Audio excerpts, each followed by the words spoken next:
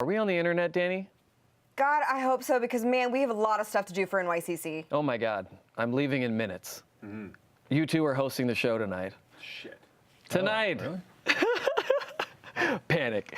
Tonight, the Mighty Nine have some heart-to-hearts, some heart attacks, and a hearty boat voyage. Barf. Fuck. We'll break it all down with my guests, Travis Willingham and Matthew Mercer. With me, as always, the lovely Danny Carr. All that and more. Hey, Danny! Hey, Travis.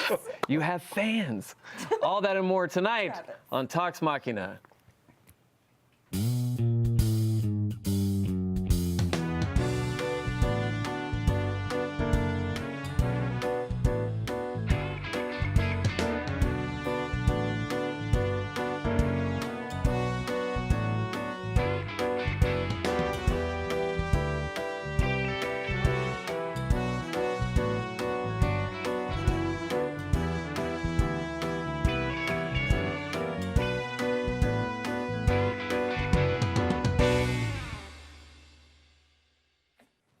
We're back. Gentlemen, It's not even red yet. thank you for joining me. It's because I'm so pasty. I know, man. I know. No, I'm kidding. It's the studio maker. How are you guys? Stressed for the getting ready for this weekend, but Yeah. excited. Excited. It's gonna be Yeah, a lot of fun. we've got a journey ahead of us. We do, A an big, odyssey. exciting odyssey. Couple of quick announcements before Yes. we get Do into it. tonight's madness. On sale now, tickets for our very first live show in New York City, which is 2 nights from now. Holy shite. Oh boy, no pressure, guys. Join us at the United Palace in Washington Heights on Thursday, October 4th. That's this week. Tickets are available right now via Ticketmaster. Reminder, you do not need a New York Comic Con badge to attend this event. A lot of people were asking. We are giving you that information. Check out the details at critroll.com. Also, if you are attending New York Comic Con, be sure to pick up a pre-sale ticket to come meet us at the convention. You can find all the information in the event section at critroll.com. Come say hi, get your picture taken with us. Yeah. You're probably sold out through the rest of 2000s. I don't know. Also, the latest episode of one of our new shows, Between the Sheets, featuring Laura Bailey. Oh, Laura Bailey. Yeah. Cross the brand. Yep, support. Is now available on the Critical Role Twitch channel for our subscribers. The VOD of last night's episode will be released tomorrow at youtube.com/Critical Role. And another great piece of premium content birthed from the mind of some of the people here with me now. The second episode of All Work No Play will debut at twitch.tv/Critical Role this Friday at 7 p.m. Pacific. Holy crap, the first episode was nuts. So good. Oh man, I'm on saw that it petition to 5 make times. it longer than 30 minutes, though. I need more. I need more in my life. Dude, talk to the production team and everybody I that mean, has to crank it out. Holy it's a crap. big deal. It's a a dense 30 big minutes, deal. though. Like- It is packed, but I was not ready for it to be over. I was ready to know, mainline episode 2 right away. But isn't that so much better than? Yeah, no. I wish there's nothing worse than a tweet that says, "This was the perfect length." Right, yeah, right. It ended just when it needed to. It ended right when I really wanted About it like to. 2 minutes shorter, but it was great. Oh, Right, yeah, right, that right, stinks. That stinks. Yeah, so new episode this Friday at 7 p.m. Pacific on twitch.tv/Critical Role. This week, the boys are tap dancing with our pal Courtney Taylor. Yes. I just watched it 10 minutes before we went live. Matt and I saw a cut of it, and it's nuts. Pretty great. Oh my God. It's pretty ridiculous. All I'm God. gonna say is get those gift fingers ready, Yeah. because there's some real doozies. Our Squeef needs like a sweatband, like a headband, Yeah, we're like gonna some need to send him- Gatorade and water. Yep. Yeah, and a montage Like sequence. a massage for his hands. We'll send him a bunch of Red Bull to keep him up. What's stronger than Red Bull? Oh, cocaine. We could. I don't know. We shouldn't ship that over. We'll take it with us to London. We'll sneak it in some. They're real lax Overnight on it. that one. Yeah, we'll sneak it in a nice wormwood or something. Yep. Apologies, Wormwood. Without further ado, let us discuss episode 36 of Critical Role Campaign 2, Oh Captain, Who's captain? Am I saying that right? Yeah. Okay. Now there's the title card.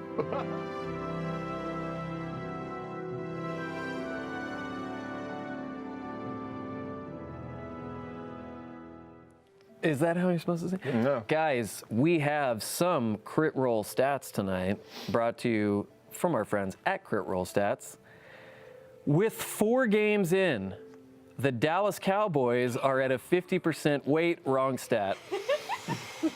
But Ed put that in there, didn't we he? won this weekend. We did. We did. Yes, much love. Ed can eat it. Thanks. Yeah.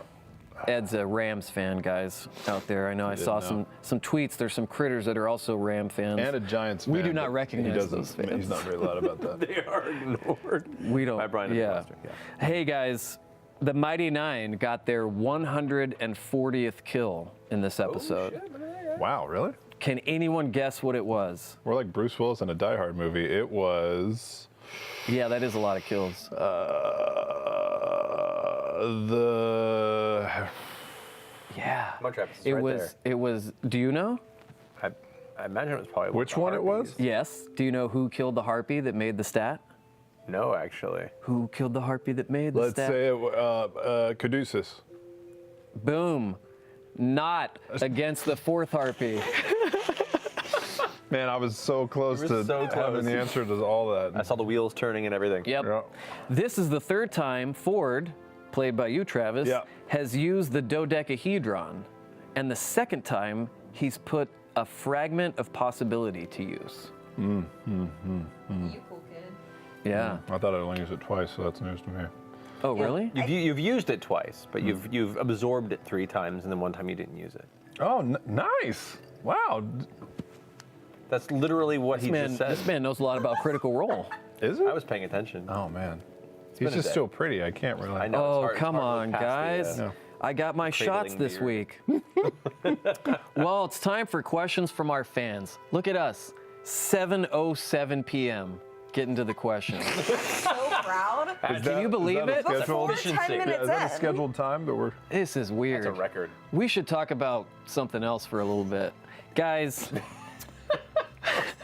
Ramses 32 has a question for Travis. Stonejaw, Strongjaw, and now Captain Tusktooth. I'm guessing Laura came up with Ronan's name. That's fucked up. Danny and I saw this on Reddit, Son of a and it was sort of one of those, if this is the only question we get to, Yeah. it'll be good.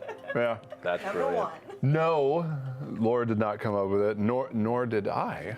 Actually, yeah, tell the story because that's something that we didn't get to on Yeah. either of your Between the Sheets, and now they both have We aired. had like, Bone runes. Yeah. Settled. Yes, we passed the runes. We had like a finalist list of names. We had like a top 3, and we weren't really vibing on any one of them more than the others. And we went to a party, and we were talking with a friend of ours that was on a plane, and they had their son there, and he was actually very well behaved. And so we were like, "Oh, how did you do that?" Blah blah blah. And we were talking about the name choice.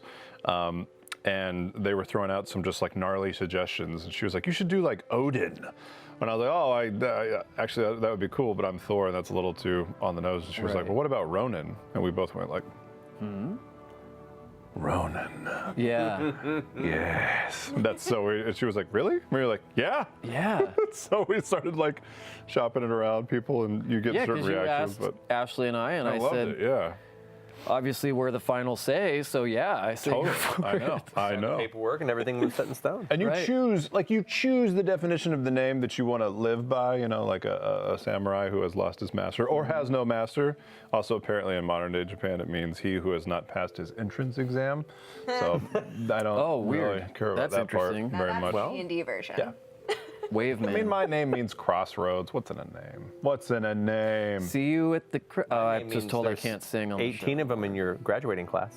Oh, Matthew. Yeah, yeah. It's real popular Some with double in the T's, early 80s. some with one T. Yeah.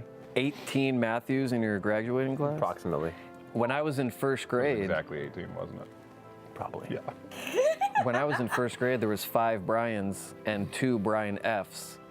And so they ended up just calling me the one who will not last. Nice. Title. Hey, look at us, guys. It's 7:10. Next question, Matt Mercer. Yes. Chewy Danvers wants to know. Chewy Danvers. Oh, look at that. This person's Chewy. Kale. How- Danvers. Brother. Yep. Yeah. Got there. Ready for the movie. How exactly do you go about DMing on the open ocean? Does it make it harder to plan encounters? And what goes into DMing an open ocean session? We're learning, aren't we? We're doing something. Yeah, for me, it's part of trying to think of what kind of interesting things can be found along the journey.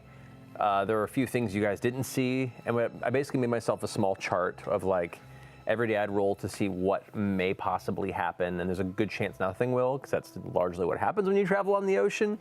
But when you're off the trade routes, like you are with the current venture, you know, I use that chart to kind of keep in mind of like what might happen, and like the harpy encounter was one of them, and I kind of made it up as it occurred. Right. So for me, it's a lot of not forcing events necessarily every single day, because otherwise nobody would ever fucking be on a boat in a fantasy world. They're like, no, that is the worst job in the world. That is no.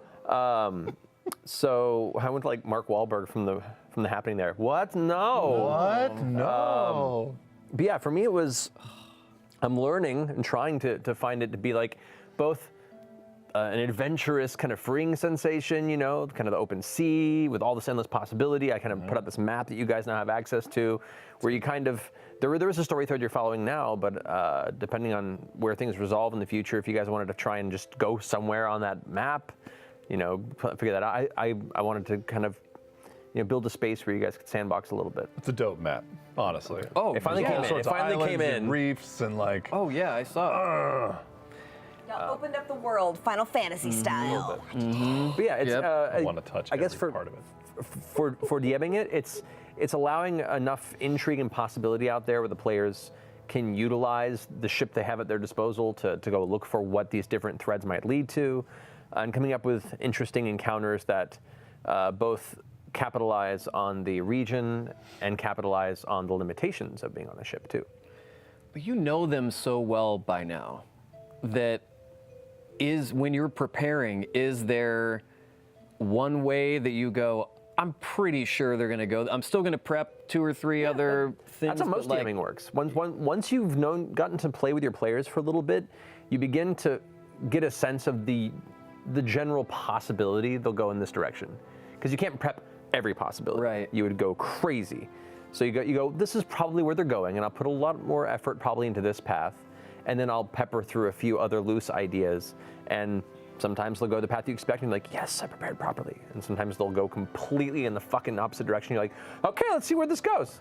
And then eventually you try and marry it, or just follow that path where it ends up leading. Who was the NPC in the first campaign that you had to make up like randomly out of nowhere and then ended up becoming a bigger? There's Victor and Senecure were two that was what got I made was up. thinking on of. the I forgot spot. about Yeah. Victor too. Senecure. Yeah. Okay. That creepy ass voice.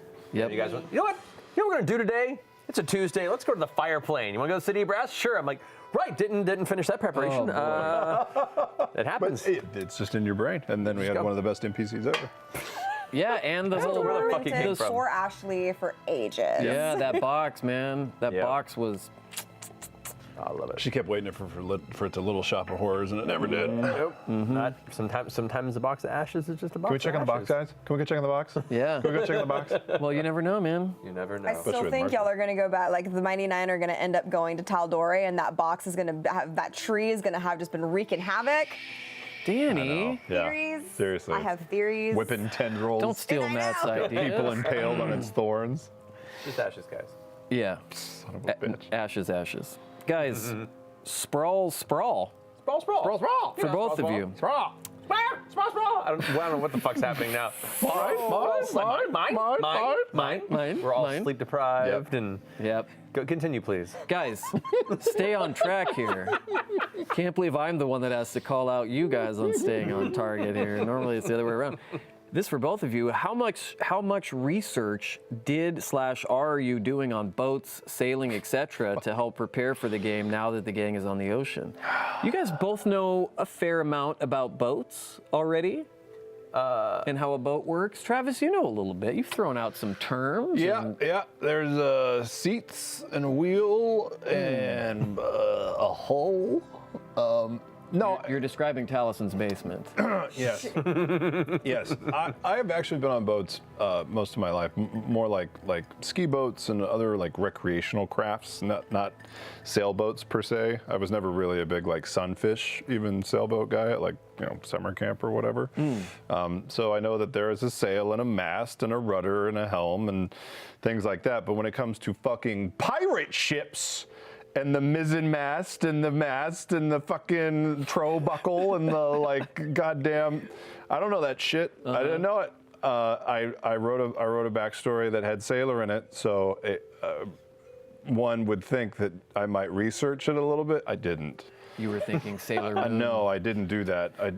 So. And ironically, when you chose a sailor background and wrote a backstory that had some modicum of researched sailor lingo in it. I think three. I think there Yeah, were like three terms. I was like, found them. oh shit, Travis knows the shit about boats. Yeah. I should learn. I should have fucked so up. I began heavily researching elements, especially as they got close to the coast and took this boat out in the ocean. I was like, okay, I made like graphs of like all the different parts of the boat, both from an overhand view and from like the decks below. No, you didn't. Yeah, I have my DM screen so I can reference it when I go to. Oh, lucky you, Travis, because you know what you get now is Matt going, you would know from previous experience that, and then he spills out all this shit that he had to research because you did. I was just trying to keep up with him. I didn't want Travis to be like giving me terminology about what he was doing is for, and I'd be like, I don't know what the fuck that does. Right. I can't. I have to hold, this thin veneer of confidence behind that screen. And so I was like, all right, cool. I'm keeping up with Travis. And then we get to that moment in the campaign, and he gives me this look like, what? I'm like, come on, man. You're killing me.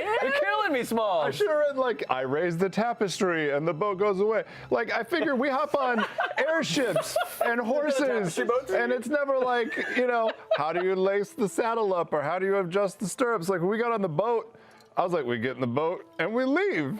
And then he's like, how do you leave? Like, what? What are you talking about? The narrative thrives on detail, Travis. Oh, I know, but it was you perfect. You can't just raise up some sheets and leave. You got to describe that Well, shit. it was also the fact that you were the only person that knew how to sail on that boat. That's that part. Yeah. And nobody else had any previous experience, and you cannot operate I a just figured, boat. like, everybody in this world knows how to operate a boat, right? It's like Right. riding a horse. Everybody can ride a horse. So Sure. Every actor who puts on their resume that they know how to ride a horse until they get to set and are suddenly faced with having to ride a horse. And then it's like, oh fuck, I don't actually know how to ride a horse. technically, plus, yeah. until they fall off the horse, they do know how to ride a horse. I mean, yes, but still, I'm just saying. Everybody has that moment of like, I'm just gonna lie on this. It's totally fine. I speak Mandarin on my resume. Right. Hey, you're the only one in the office who knows how to speak Mandarin. There you go. Right. Shit. I've tried to do a little bit more research in the ample amounts of time that I have, just because we're so spoiled by Matt, right? Like I literally thought that we would get on the boat and we'd be like, okay, we shove off and we head out to sea.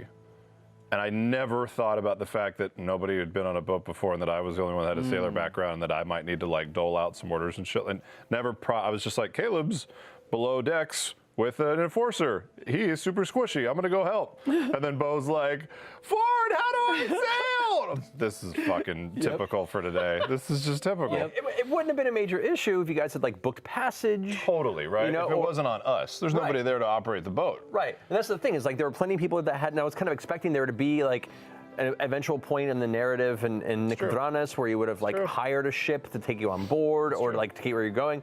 I wasn't expecting you to just like almost out of the gate hijack one with no crew. We didn't steal an airship last year. We fucking rented. We bought a ticket. We took a ride. Yeah. I totally forgot about that part. I was like, we go, and you'll be like, you go.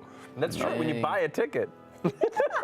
Yeah, when you buy a ticket. But I love it. It's making a very different approach to the narrative now than I was expecting. It's important. I should have done a moderate level of research on something that I have really no experience in, just to be more familiar with it. And so it's causing me now to catch up to the homework that you did. That I'm proud of. See, there you go. I'm excited. Right. Thank you. I appreciate it. I will probably, we'll see how this week goes, being it's in front of a live crowd. I'm sure I will embarrass myself to tears, and it'll all be fine.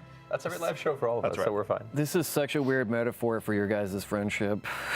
I was trying to catch up with you. I was trying to catch up with you. I was trying to catch up with you. So good to me. I love it. Guys, oh, there we go. Why are you showing me when that's happening? God damn it. Oh, man, there goes my Tumblr time later. Yep. IMB Tyler wants to know, Matt, Yes. how do you feel about the Mighty Nine picking up Orly, especially being a fan-sourced NPC? Did you intentionally leave the Navigator spot hard to fill because you hoped they would try to recruit everyone's new favorite turtle? In those moments, I expected Orly was going to hopefully be a consistent source of information for the time they were in Nicodranas. His attachment to Lepoil, to Marius, and mentioning that if they needed to go and find a way to book passage somewhere, I was hoping that Orly would be eventually a character that they could go to and I'd give him a nudge to be like, this person might be a help to you, he seems to be well connected. When they'd stolen the ship and really only had one person who had any idea of what their position was in the boat, they can't get anywhere without a navigator. And I remember I'd previously kind of designed him to be kind of a navigator, second mate type character. So it made sense in the time. The only other figure they know that has already told them that he had that skill set is this turtle, and it allowed me the possibility of having this awesome community created NPC be a little more prominent in the story. It also means I have to be at the ready to drop into that one-eyed Damn Cajun baby. fucking more Thank often. God, I'm so Killing it. happy. So good. It's so much fun. It's a lot of so fun. good. It's hard to pay attention to what you're saying because you're just grinning at the way you're saying it. Like, it's so fun to listen to. I know that it's a near impossible task, but I hope there's some epic cosplay that happens with. I feel like my that's God. going to be a hard Yeah. costume, but I know you guys can do it. Yeah. You could do anything. I've seen people do like spot-on Krogans from Mass Effect. You can pull off an Orly, You guys. can pull off. I have faith. It's trying to talk to people in the accent that's going to be hard, but they could just listen to you do it over and over. I Like don't know, man. do. They have this amazing Jester cosplayer that put up the video recently. God, that with the donut? Yeah, Oh my like, this fucking community keeps. was But that was amazing. crazy Laura good. was like, Incredible oh, stuff. Fuck, that sounds just like me. Yeah, it was I like, amazing. yeah, I it's think really some of good. us retweeted that, but Danny, find that and retweet it from the Tox account if you don't mind, So so good. we can Okay. show people who didn't get to see it. Ended up on the Reddit too. I was so glad to see her getting a lot of love. Travis. Yep. Now this person's screen name is something we can all hope for. Whale World Peace wants to know. When Ford dipped his falchion in the sea, was he trying to reach out to his patron? Is Ford expecting more visions, dreams, or other forms of contact now that he's in and around the ocean? I mean, yes, in a roundabout kind of way. Like, I think it's been a while since he had a vision, and he knows that every time he uses the sword in a powerful manner, there's like a spray of, salt water. And when he brought everybody to the beach, there was a moment that, it was so funny, there was a moment that I wished I did later on the drive home, which had just been like trying some simple like movements and maybe some patterns and repetitions with the sword from, the days that he was trained in it, and seeing if the ocean would react in some way. And it was, somebody fucking did it as fan art, like yeah, later that's that week. right. I was like, who was in my brain? Oh my God.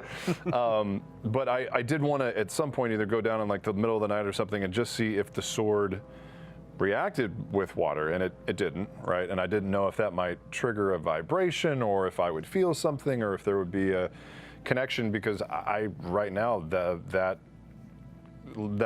avenue of communication just seems one-sided. I don't know if there's another way to, Star 69 that motherfucking phone call. Star 69. What a callback. Star 69.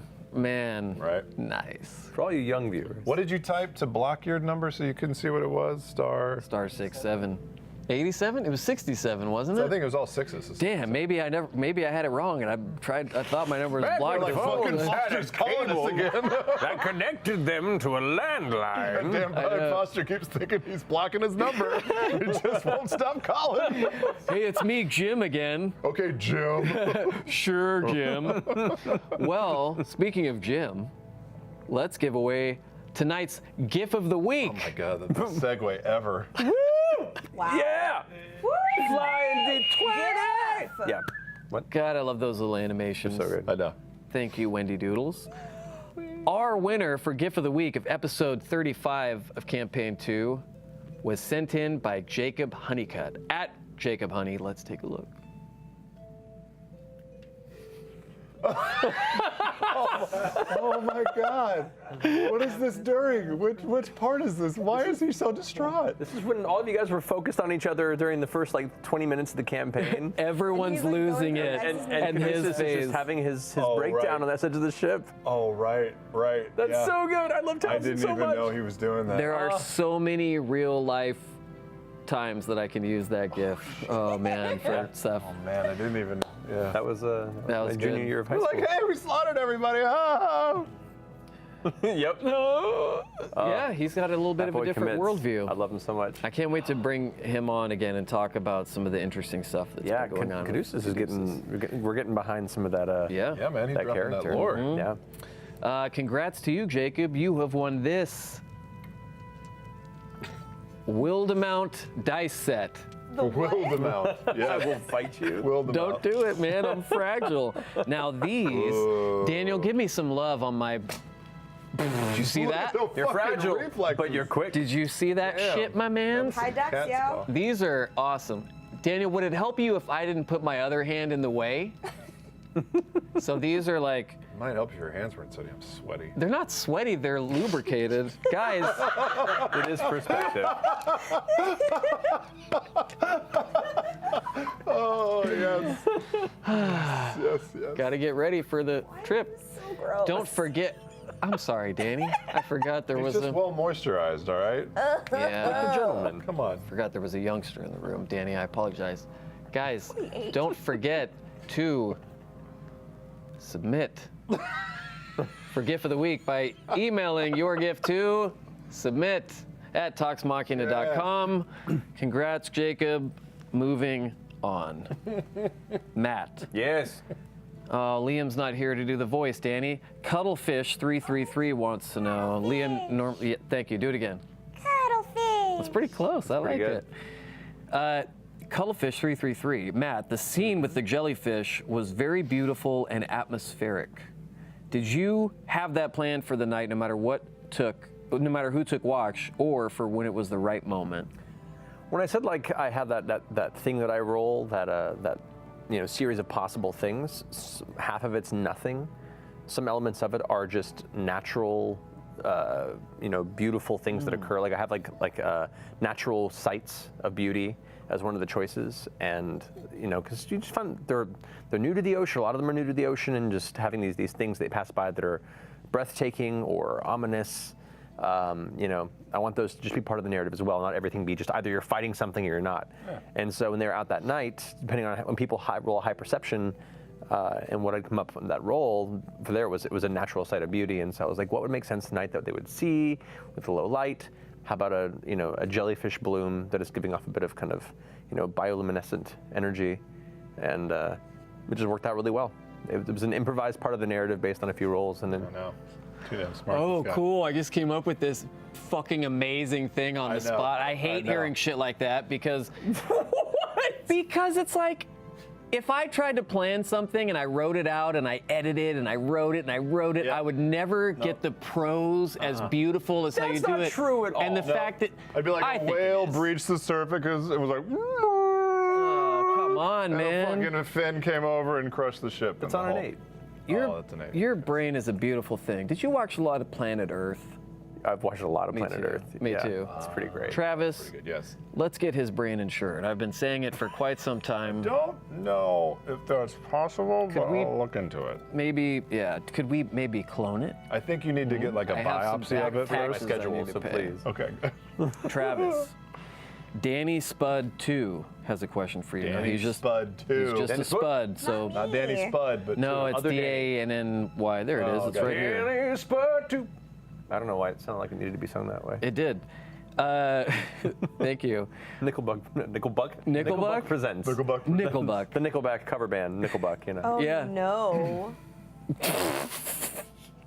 Travis, We're Yes. taking a dark turn. you reeled off, anytime Nickelback is invoked, you reeled off an impressive amount of info about the sea and islands around this area. Was all this just things you knew already from Matt, or did you memorize it ready for this week's episode, since you guys knew you'd be out in the areas? Actually, so the map that came out, I got like a quick sneak peek at it before the game started, and I love like reefs just from scuba diving and stuff. So I just memorized those because I figured if most of the trade routes didn't go over reefs, so if we were to hit one of those, that would be one thing that would be immediately dangerous to a ship. And I just loved the names that he came up with. I couldn't remember which ones were around an island, because I think there are 2 that are around an island, 1 that's next to an island, and then another 2 that aren't. They don't have land masses around them. And so I just rattled that off, and then the third one, I guess, was the one that was the closest. But I had said, are we gonna? Do I know like the Lucidian Ocean? He was like, yes. So that's why you get like this early little sneak peek at it. But if certain people's backgrounds tie into certain areas, I'll email them information that their character would know about the world that perhaps other characters wouldn't. So it's not just me always feeding the information. It gives that character and that player an opportunity to be like, oh, actually, I am a little more of an expert in this than the other people are. Yeah. It's a cool way of empowering the player part of their story. Yeah, because he's not like Caleb. He doesn't remember it, like photographic memory, anything like that. But nice to be able to say, like, is it one of these 3, and have a good roll, because shit roll and we go the wrong direction. Yeah. Fair to say Caleb has a pyrographic memory. Oh. Hey, I was the dad. guys, He's working on it early. that wasn't a dad joke. That was I never had a dad joke. It's an important distinction. Brian. Had to look over at Max to see if we lost him. Make sure he wasn't gonna blow dart me. Matt, Yes? Clockwork Jack has a question for you. As a dungeon master, how does it feel to have a character with such godlike perception as Caduceus in the party? Does it ever change the way you plan the story, or it just makes things more interesting for the audience? For me, I think it makes things more interesting for the party. I mean, there have been a number of things in the past that nobody ever noticed. Yeah, why the fuck is he so perceptive? What's the He has deal? a super high wisdom, and he took proficiency in perception and insight. He's just a very naturally insightful. Well, that's kind of what Keyleth was for the last campaign. Okay. In a way. And Vex had a really high perception as well. But not a lot of you guys put a lot of emphasis in being able to perceive and suss out the intentions of other characters and figures. And when Taliesin made Caduceus, he like specifically engineered him to be this very sensitive, very open, very perceptive figure, and it's already made a lot of situations where I'm like, all you guys missed everything except for you, Caduceus. You figured this thing out, or like all of you guys, you can keep moving. Caduceus, you see the strange object, like it's been kind of cool. And once again, you want to reward a player for their strengths. There are some people that are much better at combat scenarios and will get the most kills, and those moments are awesome. Some players that are really good at clever solutions to problems through spell use or ingenuity. There are some players that you like Caduceus, who specifically his character is really good at noticing unseen details about things around him. And these are opportunities now to reward him for building a character who's focused on that. Was he always like that from the first episode, or just over the last 2 it feels like he's really like dropped the fucking hammer perception? He's always had a high perception, but it's just there's only been a handful of moments where it's been able to really shine. Yeah, where it's called into play, really. Road for like a really long time, and Thought he was Exactly. like a fucking psychic for a little while in this last episode. It's like, what the shit? Yeah, just most of the Mighty Nine are just like, cool, whatever's going on. Hey man, we're not we're fucking shallow. Not just shallow. You're We're just preoccupied. You're preoccupied. Preoccupied. You got your own shit here. Distracted. preoccupied with being selfish. Yeah. Well, to be fair, it kind of makes sense for Caduceus too. Caduceus being a person that seeing a lot of these things you guys are experiencing for the first time, and being very open and eager to kind of to take in all these new sights and experiences. I like the fact that he's also one that goes like, "This is pretty cool." Wait, it's a fun quirk for him against the rest of you. Yeah, that's true. His RP is nuts as this character. Oh God, when he says something, it's a fucking gold mine. Like when he finally does say something, because I feel like he's a lot more quiet. He's just sort of getting in there when he needs to, and when he does, it's like, it cuts. Well, I will say too, Taliesin, as we've all seen, is a clever motherfucker. Oh yeah, And completely. and I've almost always exclusively in all the years I've played with him, he's played intelligent characters because it's a comfortable space for him to be able to play up that kind of intellectual superiority, aspect that he enjoys, kind of really like battling with wits. Yeah. And then when he made Caduceus and decided to put it into a 9 intelligence, it's been really fascinating for me, who's been playing with him for so long, to see him for the first time play a very high wisdom, low intelligence character. Yeah. Oh, sorry. Well, now you know. If I watched back the show, I would see it. That's Yeah, not it's secret. in the thing. I don't think it's a big It's not- surprise. it's not a big but yeah, secret. Caduceus is a little slower than the rest of the group, but he's very open to the subtleties of the world around him. he doesn't And, go off. and I was like, I don't know how Talson's going to play this, and he's been doing it. The more comfortable he gets the character, especially, he's doing it wonderfully. Oh, man. so Heck yeah. good. Shit, my mind's swimming Your now. mind's blown. Yeah. Well, you're always trying to piece together the X-Men, right? Right. And like the last 2 episodes, you really saw Caduceus doing a thing, and I was like, oh, we are misutilizing him in a huge way. Right. Let's drain him for all he's worth. Yeah. At least send him out like 40 yards ahead of in front of everybody else. Like, Yeah, just, let's- you know. That's what you do with the cleric that can save your life. Right. Put him out at the very front of the party. Yeah, you've always got Jester, aka Battle Mercy. method. You just need to acknowledge it. All right. Fair enough. Okay. Fair enough. Yeah, push him out there. Jester will heal everyone. Yep. Never. Travis, take my mind off the fact Laura might have seen what I just said by answering this question from Prof. Nesbitt. Prof. Nesbitt. Prof. Nesbitt. Was the discomfort in leading the group this week a Ford thing or a Travis thing or both?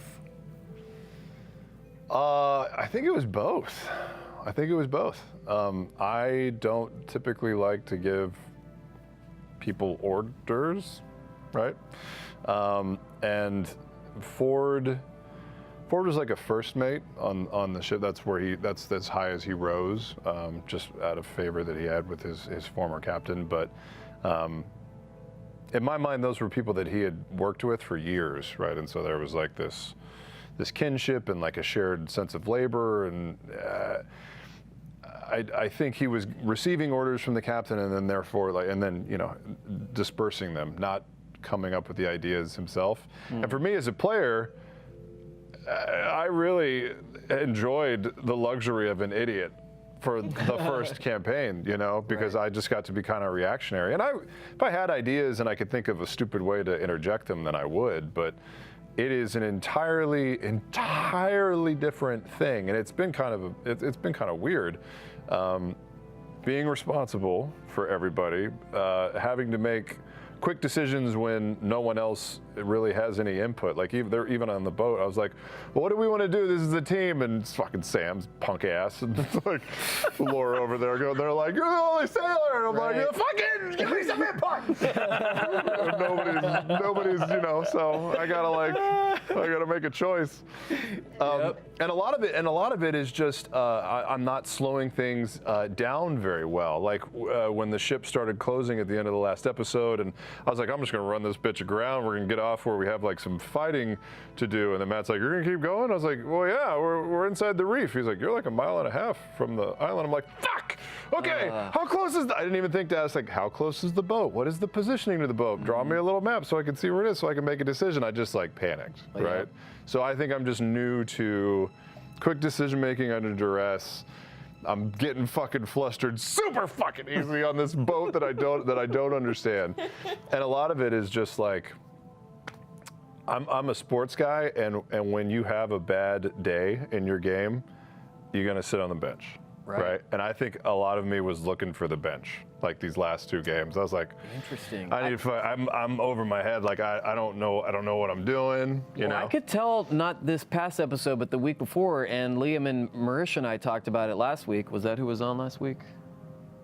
Yeah. Tell you, man. Max like I wasn't here. Max was like, I don't fucking watch the show. You seem tilted.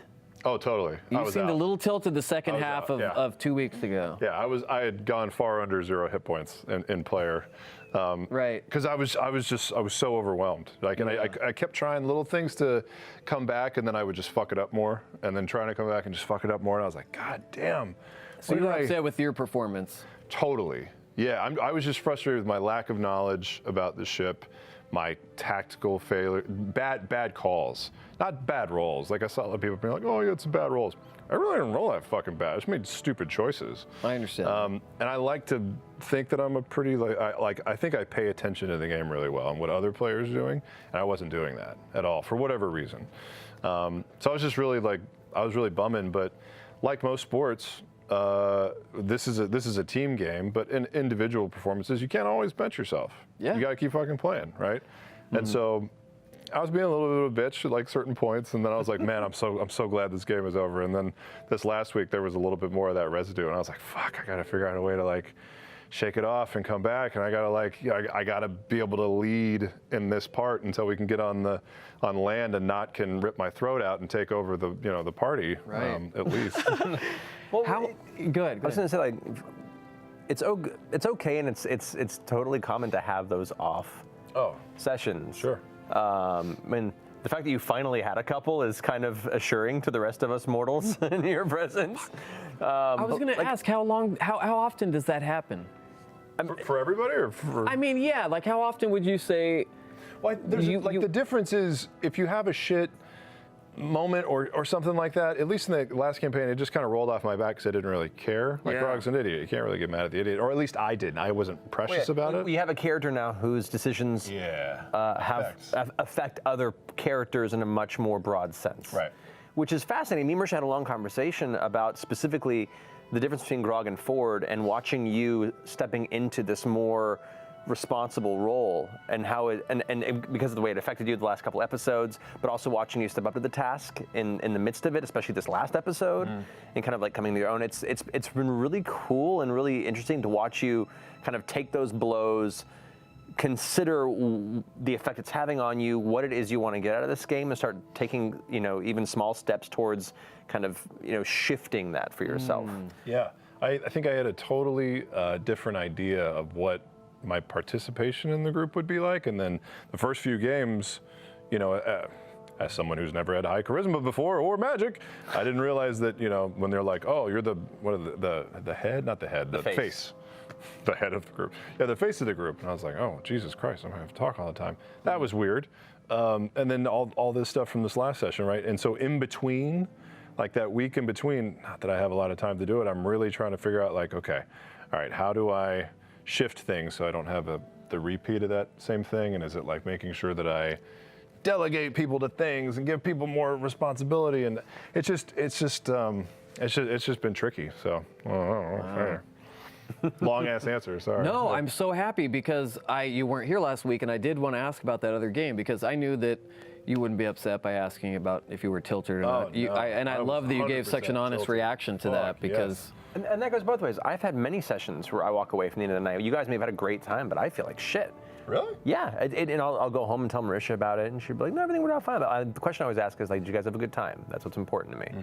But there'll be times where like I'll botch decisions or calls on the side, and I keep it hidden because it's part of what you do as a DM is you kind of, like I said, bullshit with confidence. Yeah. But even some of that bullshit stinks from my side of the screen, and I'm like, fuck, why did I do that? And of course, go online and I'm like, oh, well, everyone else saw it too. And it reinforces a little bit, but like, everyone has off nights, and that's okay. That's okay. To all of you people out there that play games and run games, it's okay to have those off nights. Oh, heck yeah, and acknowledge it. And if it's really hanging on to you and it's really kind of dragging you down, then talk it out with your other players, talk it out with your DM, or if you're a DM, go and get a drink with your players and be like, hey guys. I was like, I'm sorry, I was so fucking off. That's super healthy shake it. because as Travis said, you can show up the next week still carrying some of that baggage, and then it can really taint the experience. But like, I gotta find a better. Max, what's another word for taint? Taint is an appropriate word for that. Can really grundle the experience. It can really grundle. Oh, thank you, really Danny. in between us, can really spoil the experience. Well, let's do our next giveaway. But before we do, Zach, give me Danny Cam one more time. If they ever remake The Craft, do you guys remember The Craft? Oh yeah, totally. I vote Danny Carr. Yeah. Helm that motherfucker. Welcome to October, motherfuckers. Yes. Yeah. Great. This is my witch dress. Let me get some Great spider job, webs on that Danny. cage. That's great. Some what? Spider webs on that cage. We should get that some spider webs on the cage. I love Guys, our next giveaway is for you fans that send in incredible art. It's fan art of the week. Art Dad! The is the cord on the nip. Yeah. Just killing. Oh shit! Hey, buddy. The microphone cord is literally rubbing my nipple raw. And it's upsetting my piercings. It's a Hallmark movie. Do you guys isn't know it? both my nipples are pierced? But they're not like little rings. They're like the big things that people have in their ear where it game- separates. nipple game. Yeah, I've got Tell two. people about it. It's Ryan. that small little filigree chain that connects the two of them. Yep. It just dangles. That's where my across the mic's top. hanging on right now. That's why hugs get weird with you. Yeah, I do the Superman hugs Yeah, for no, that it's gotta reason. watch out I don't for want to people's get. buttons. I don't want to You snag. like loop the nipple chain I don't on want and to then pull snag off. on and- somebody. Well, that's all the time we have. Our winner for episode 35 was sent in by Scott King at P-Buggy. Let's take a look. Scott King. Aww. Oh my So goodness cute. gracious. This one was titled "Not a Mom." Oh. Yeah. I love it. That's pretty buddy. Look at special. that poor boy having a rough time on the ocean. I love this style too. I love this design. It's a great, just like not drawing in general. It's the fantastic. personality, and that was great. As always, thank you to everyone who submitted. Congrats to you, Scott. You have won this Peruvian walnut. Peruvian, speaking of what we were talking about earlier, Peruvian walnut tabletop dice tray. Now, this one has a distinct smell. I think that's mine from campaign 1. This is what you used in campaign 1? Yeah, it probably smells like musk and Man, beer. it's, yeah, thankfully both. Beer musk. Thanks to our friends at Wormwood. Check them out at Wormwood Gaming or wormwoodgaming.com. Remember to submit fan art and gifts. Submit at talksmachina.com. Submit. Rules for our contests are available at critroll.com. Remember, unfortunately, our contests are only available to US and Canada, excluding Quebec, but maybe not forever. A question for both of you. Submit. This is from, Oh God, he's discovered Slow the trigger secrets finger. of the power. you know, T. Mandy's second. Who's having a bigger panic attack in your mind? The players having to deal with nautical nonsense, or the DM having to deal with the sheer off-the-rails hilarity this small errand has mutated into? You definitely didn't predict this was going to happen No. with this group. So No. much shit Nick had drawn us so fast. Yeah. We gotta go Yeah, back, man. there was God like damn. there was a whole bunch of shit Nicodranus that you guys were probably gonna come across. I were and- talking about this on was the it- ride home. We were like, I love how he gave us a fucking wizard's tower. And then when we even came back in to get the crew, Matt's like, so you know, they think it was infighting on the ship, so you guys are probably good. We're like, cool, we're stuck getting the fuck out of here. Yeah. Good for now. Like there's still some shit in that city unresolved. We could have stayed and explored some more, but now we're like, we're out. Like Algar had an employee that ran off when you guys were attacked originally. What? There's still like threads in the city. Oh, no. I had an employee that ran off when we attacked him underneath the thing. Yeah, There well- were 4 people Well, when he out there? attacked you, there was somebody that he was with that he sent off. That high wisdom, Doe. Oh, no. Oh, shit. There's a lot of adventure in Nicodranus still when you return. Yay! Who was it that said to Laura, like, was it you?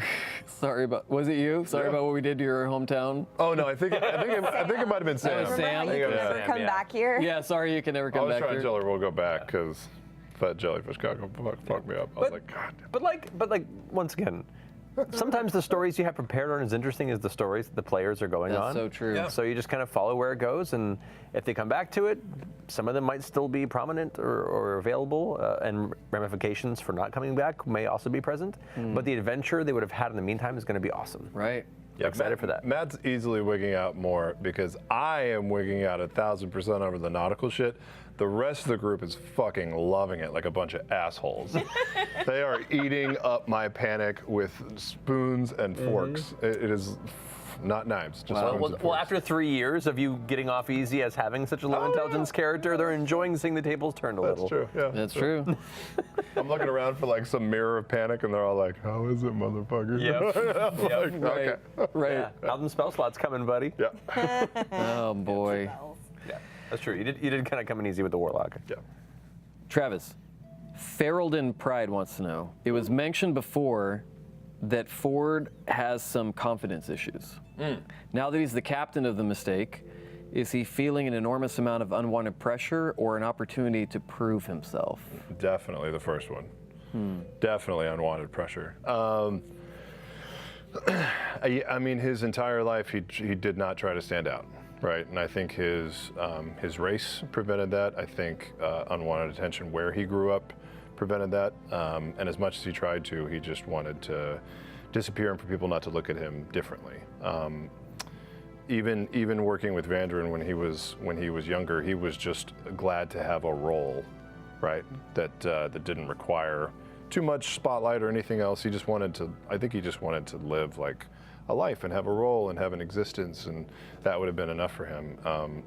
To be thrust into this thing with a bunch of people that are fucking fantastic and have insane abilities and backgrounds and are so diverse.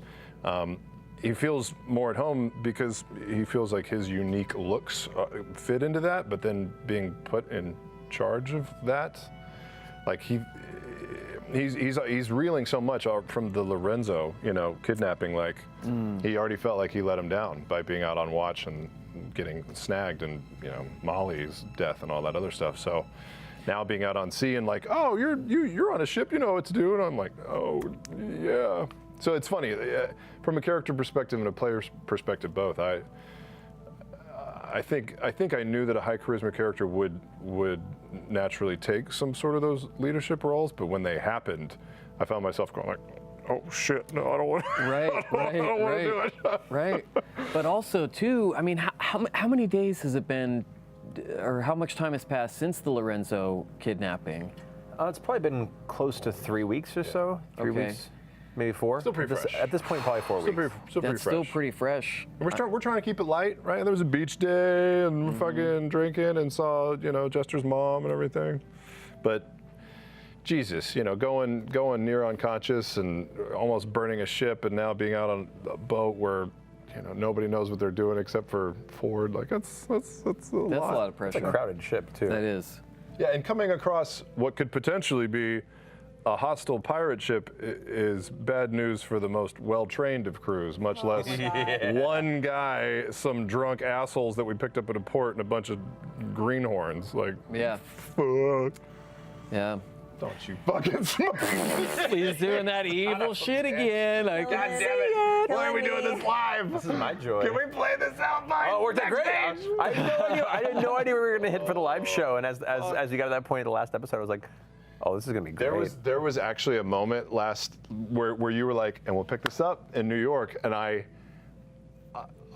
was so crestfallen. I don't know what the fuck I was thinking. That was the moment that I was like, fuck, I didn't even think that what was going to The live happen next show. would be live. I forgot too, and then when he said that, I go, oh shit, next Thursday in New York. That's gonna be crazy. I'm taking the boat out. God dang it. Oh man. I'm so excited. Yeah, It's going to be fun. Yeah. It's going to be fun. It's going to be great. Yeah.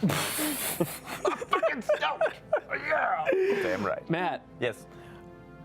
Oh no. Oh, no. Oh no. No, when he's reacting, I'm worried.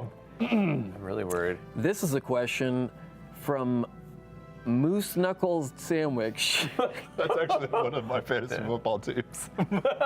Is it really? Snuggles, yeah. It's Moose Knuckle Sandwich. Moose Knuckles. Moose Yeah. Knuckle. Yes, Matt- that's right. It's important. Had you decided whether Marianne had heard about the suicide before Jester sent her message? Was it, she had not yet. Okay. It wasn't the type of information that gets around quickly. They'd only been gone for a day or so, and even maybe not even that much. So rumor spreads fairly quickly in some circles of Nicodranas, but Marion also isn't heavily in those social circles because she keeps to herself within her room. So that information had gotten to her. Like a lot of what had happened at the dock, even then.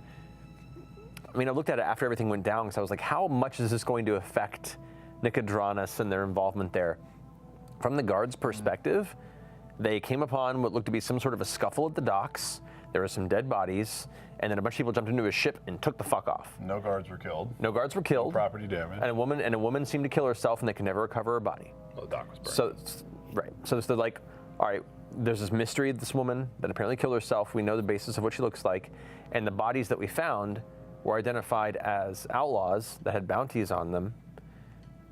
So we don't know who. We have record of the ship, the Mist, that was apparently taken in this, under either a false name or the people that owned it previously were killed, but all we know is the ship is gone. It wasn't a big enough deal for them to send out like their whole fleet. It was like, we'll send out some ships to look for any possibility of the ship is still in the area, which they managed to dodge on the way in. And so, you know, there are some elements and repercussions of some of the things that may play into things down the road, but given how it played out, as chaotic as it was, there weren't immediate serious consequences to what went down. We didn't have that Overwatch, that overview at all. We were like, the whole world's coming after us. We gotta get the fuck out of here. And to be fair, at the end of the episode, I kind of was like in that same mood. I was like, oh man, this shit's fucked. And then after the week, I went back to like write the preparation for the next episode. I was like, they're not completely fucked. There's just like some threads of fuckery out there. Yeah, some simple fuckery. Yeah, I mean, like basic misdemeanors. If you had rolled poorly to avoid the boat, then there could have been like a whole boarding scenario with one of the fleet ships.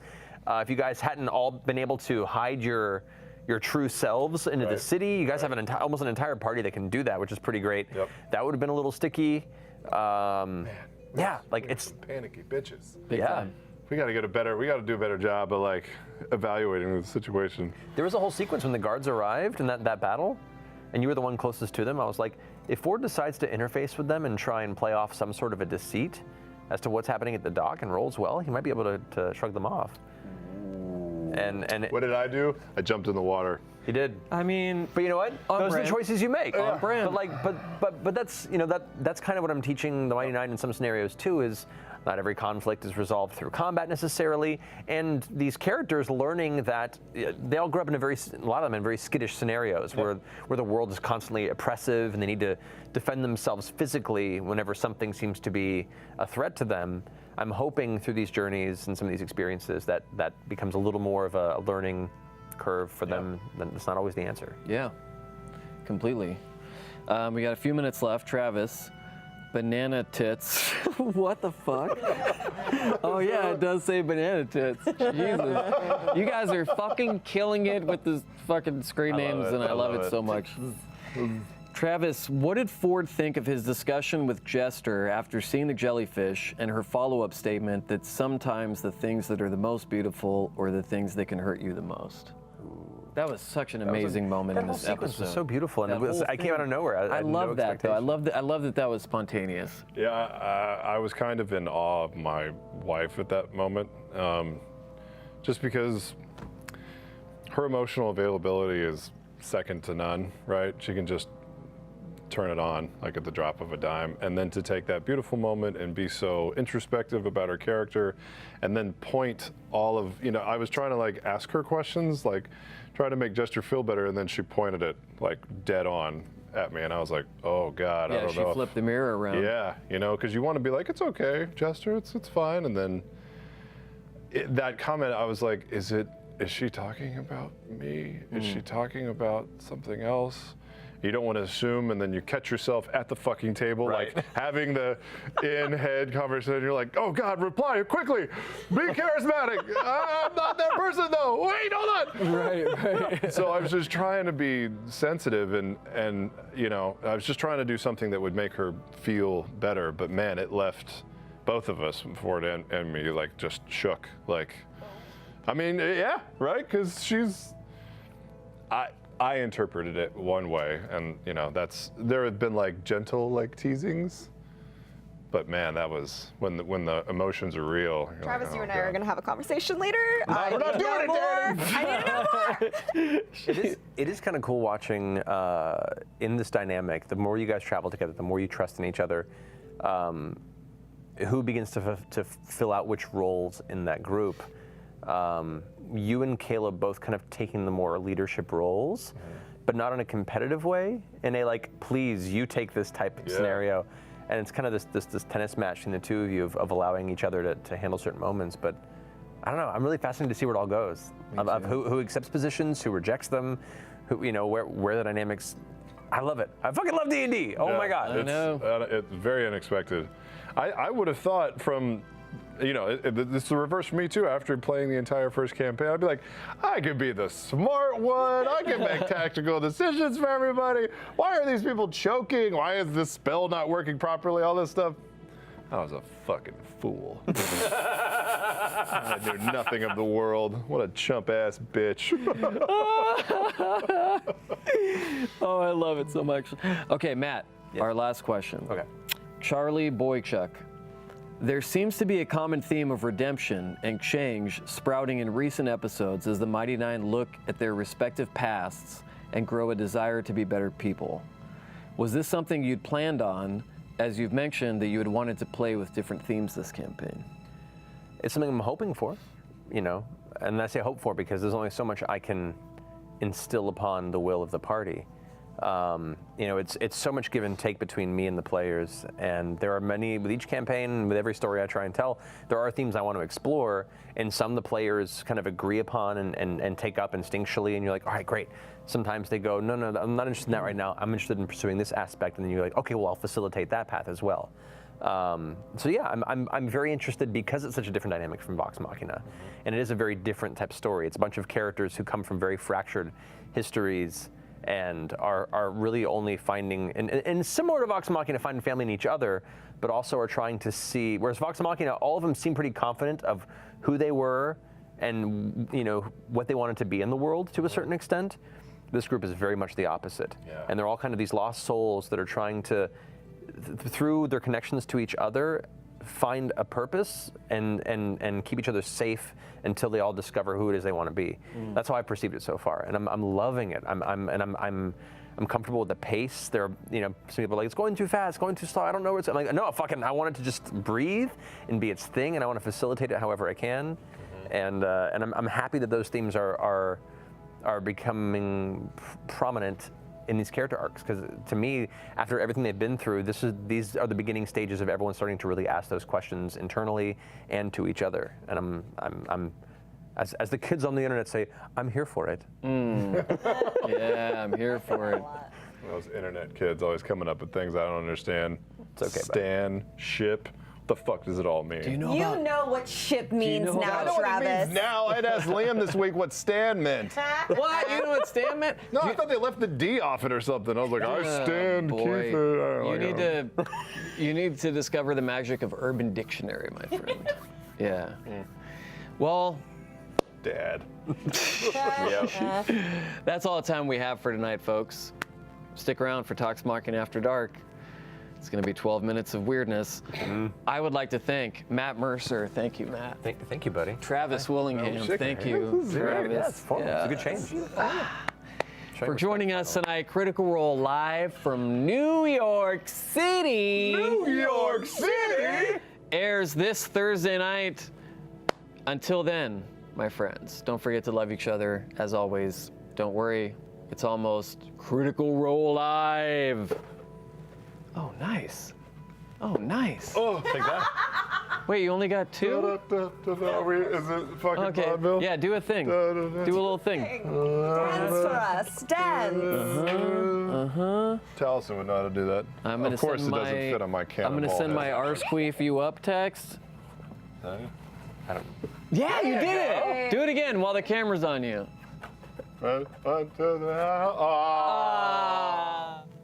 We're back. Same show, different channel. Same amazing dudes. I think it actually is the same channel. Well, yeah, it is because I there's. just want you to be If you watch on the one channel and then you just stay, all there was like a little break. And Why'd you say a different channel? well, I meant because like if you went from Twitch to here, then like you know. But if you watched on Alpha from the beginning, you Then would they're have in just the same same channel, guys. Yeah, I should have that's true. clarified. That was man. Questions? We take questions from the Alpha chat sometimes on After Dark. Sometimes we just do our own thing. We'll see what happens tonight. No easy ground. Guys, oh wow, this is great. This is from a AF Lone Wolf. To all, including Brain, describe the perfect burrito. Oh, You go first. little barbecue brisket in there, some like Frito chips, right? Lettuce, tomato, salsa. Don't make me Yeah. go to Taco Bell after this, man. So good. Fuck, I'm going to Taco Bell after this. Danny, fine. Oh, that I haven't even had my sandwich from earlier. Waiting for you. I forgot I haven't eaten. We must eat. We must keep Danny alive. That's why her battery is losing strength, is because she has. It depends on how much she's nourished herself. Burrito meter. Burrito for you, sir. For me, I know it sounds simple, but like like a good smoked, pulled like shredded chicken, pulled chicken, like hickory smoked. I've only had that twice, and of course it was Texas. On rice, pinto beans, a heavy helping of cheese. I think I had it at a Freebirds or something like that years ago in Dallas. Yeah. Freebirds calling it out with those massive burritos. Dude, Come on. dude, So the damn big, good. like the super monster, whatever it is, Yeah. it's basically just a baby filled with Yeah. It's like a prosthetic leg filled with meat and cheese and rice and beans. It's great. So damn good. Okay, now hear me out on this. Perfect burrito, Skittles, Starburst bites, the little tiny unpackaged ones, too, yeah. Jujubes wrapped in a fruit roll-up.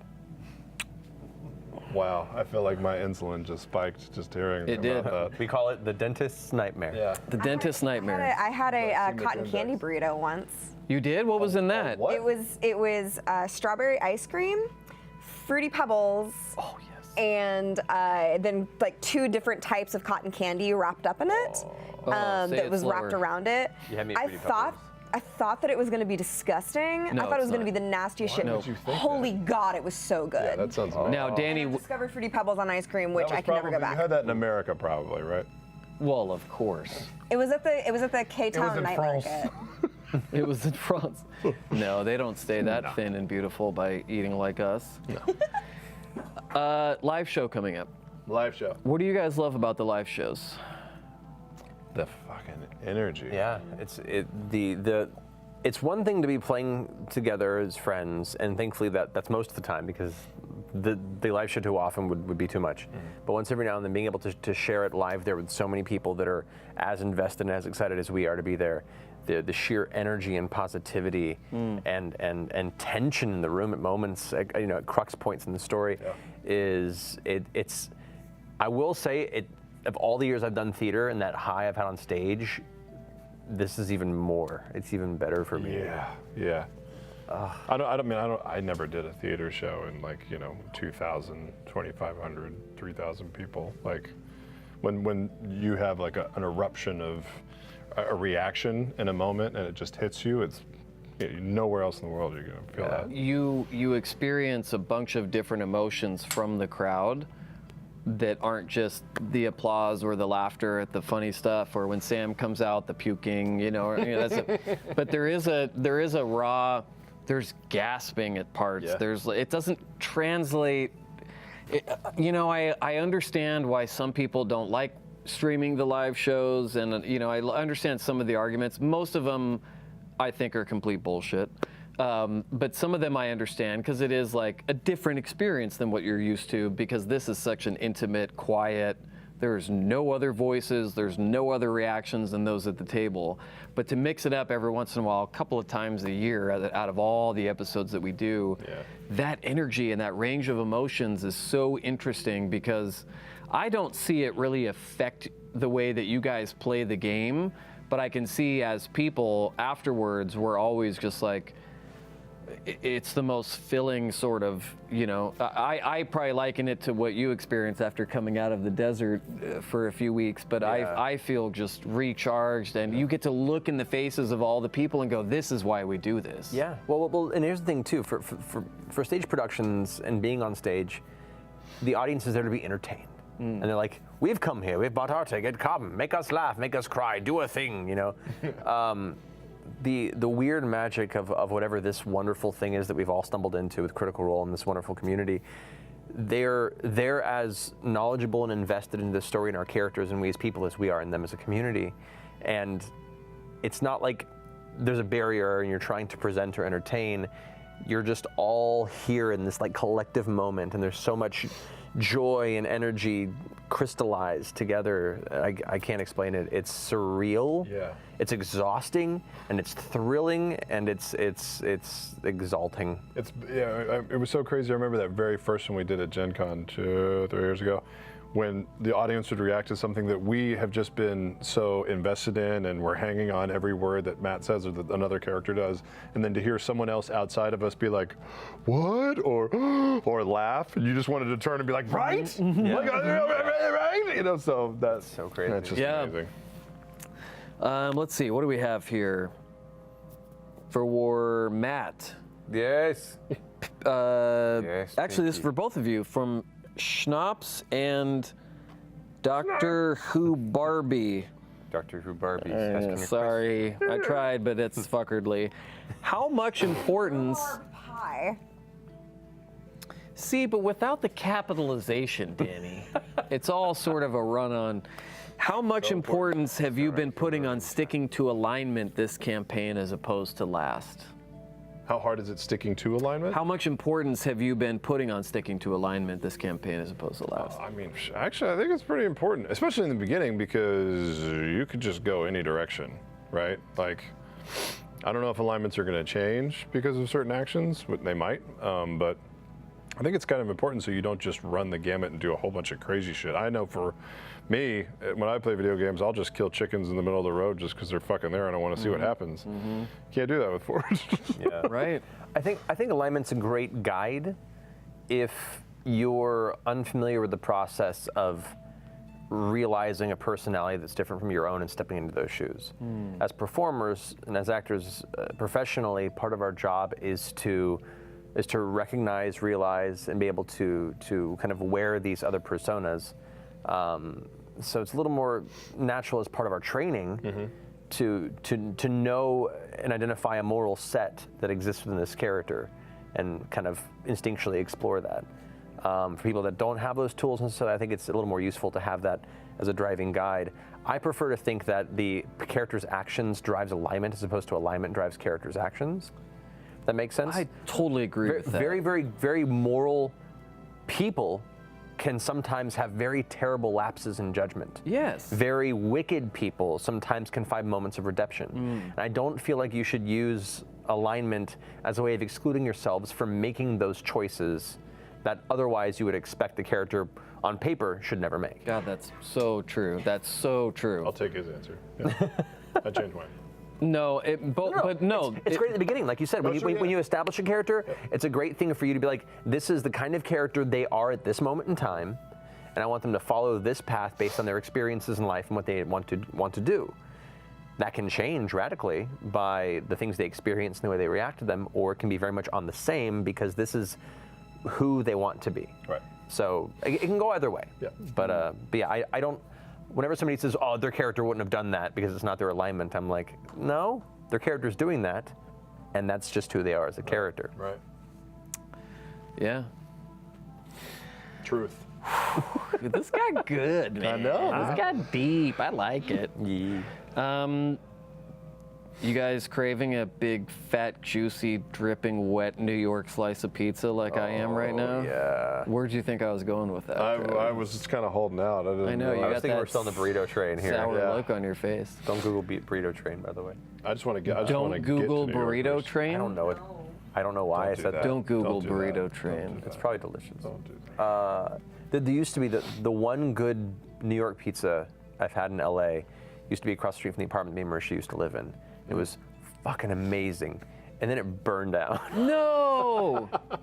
And I'm so sad. So I'm excited to get Who actual did that to legitimate. Mercer's I know. Pizza? We were so angry. Probably the pizza. It might have been the pizza. Yeah, it was a grease fire Couldn't probably. keep it. It was too delicious to be contained. To live. Too delicious to live. It's a good album name. Yeah. Too delicious to live. This Def is- Leppard. This, this is a good one from Malgriff. Travis and Matt, how worried are you that the group are going to, by accident, become the worst pirates anyone ever heard of? By accident? Worried or certain? Yeah. By I accident? think it's in the stars at this point. Yeah, pretty much is. We'd have to have a 180 in the sequence of events. Well, the rest of the party would have to learn how to run a fucking ship. I mean, yeah. Like, if you plan to make this a thing, the rest of the Mighty Nine's gonna have to take a few days to train. Yeah, but that was the other thing. While the fucking jellyfish bloom was gorgeous and amazing, we had all this time where we were just sailing the fucking seas. What did I do? Train Bo on how to do certain. Nope. Didn't that either. I was just fucking driving the boat like a big dumbass. Well, you Didn't hired a think to crew. train. Well, next time, next leg of the They might journey, have you know what to scurvy. do. A bunch of That's true. slapdicks. They got, It's been 3 days. They don't have know. scurvy. You guys. How long does it take to get scurvy, Danny? It's like a couple weeks or something. Max, you've I'm had a scurvy scurvy. expert. 4 days. Yeah. Exactly 4 days. Yeah. Mathematically proven. We're tightening it up. Tight ship, tight crew. Well, Terror of the Lucidian Ocean. It's true. 48 hours from right now. Yeah. You all will be on stage playing Durgers and Dragers. And Matt has Durgers and Dragers. Matt has packed 6 different options for Dwarven Forge maps for pretty much. what might happen. I'm excited. I'm happy. We have a lot of stuff for the fans this weekend coming up, We and do, finally on the East Coast again, seeing everybody. Trying to spread the love around the country and beyond. Yeah. Yeah. And then like a couple weeks from now, we're going to London. Yes. Yeah, man. I'm We so get to excited. see, where is he? Oh, he's on the bar still. Oh, look. Take a set. Oh man, those have been there for a while. Oh, I thought that was part of your shirt, but I'm looking right at you. that's They've been there beautiful. for a while. Oh, good. Check it out. We're putting. Danny's getting What are you ready. doing to Danny? It's very loud. I can't hear you. What? Danny rap. Oh yeah, because she. Oh, we have to How ship Danny? Oh, Danny. Fragile. I'm so sorry. You are fragile. We have to have her shipped. Oh my I God. think that's actually the soundproof This stuff, reminds not me of so a much- film called The House of Sand I and just remember Fog. talking about Constantine. Did you ever see that movie? Yes, I did. Do you know that when Yeah. they put Yep. the bags Oh, in? Well, that's all the time we have, Danny. Oh my goodness, she is gonna our most suffocate. fragile asset. If there's one thing we don't want to show up broken in New York City, it's Danny. Yeah. for Kids, sure. don't let your kids play in bubble wrap, just so we said it. Okay, good. Yeah, there you go. New York. Oh, I can't sing. They told me I can't sing any popular songs on the show anymore. Even just one line of one. Because could- you're just could get us so sued for accurate with millions. your renditions. Well, that- well, what it is, Travis, is I'm an influencer. Oh, yeah. We'll see you next week.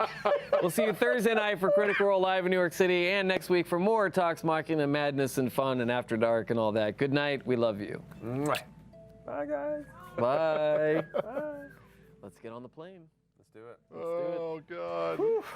All my bags are packed.